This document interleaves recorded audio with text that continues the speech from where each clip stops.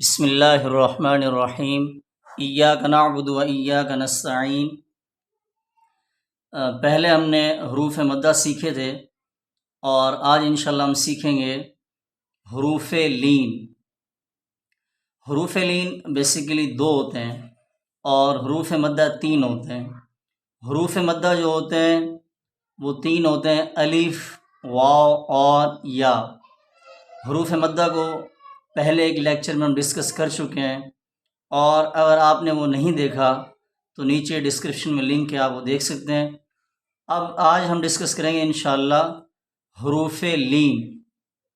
حروف لین دو ہیں، ایک یا اور ایک واو، یا ساکن اور واو ساکنہ، ٹھیک ہے۔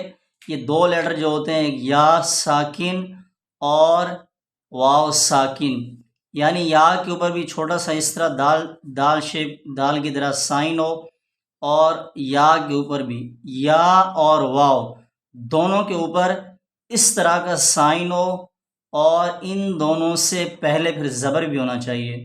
مثلا یہاں پر واو ہے، واو کے اوپر یہ سائن ہے، جزم ہے، تو یہ واو ساکن کہلاتا ہے۔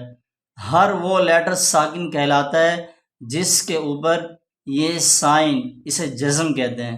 جس لیٹر پر جزم آتا ہے اسے ساکن کہتے ہیں، اور واو ساکن اور یا ساکن اگر ان دونوں سے پہلے والے لیٹر پر، جس طرح سے یہ واو ہے اور اس سے پہلے والا لیٹر یہ تھا ہے، تو یہاں پر واو حروف لین کہلائے گا، ٹھیک ہے۔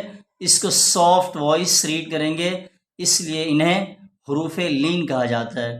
اور سیم اسی طرح یا ہے، اور اگر ادروائز واو ساکن ہے، واو ساکن سے جو پہلے والا لیٹر ہے اس کے اوپر زبر نہیں ہے، فتح نہیں ہے، نیچے کسرہ ہے یا زیر ہے یا اور کوئی سائن ہے، تو پھر اس کنڈیشن میں واو مدہ واو لین نہیں ہوگا، اور نہ پھر اس کنڈیشن میں یا لین ہوگا۔